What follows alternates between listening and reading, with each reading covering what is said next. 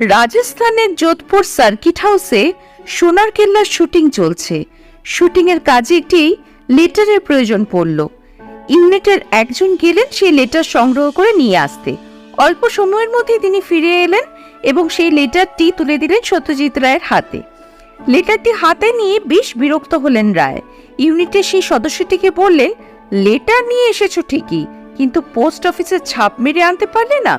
সত্যজিৎ রায় বুঝলেন, এখন যদি আবার ছাপ মেরে আনতে হয় তাহলে অনেক সময় লাগবে, দেরি হবে শুটিং এর। অগত্যা উপায়, রায় নিজেই তখন একটি কালো কলম চেয়ে নিয়ে ইন্ডিয়ান পোস্টে সেই গোল ছাপ আঁকতে শুরু করলেন। কিছুক্ষণের মধ্যেই এঁকে ফেললেন সেই ছাপ।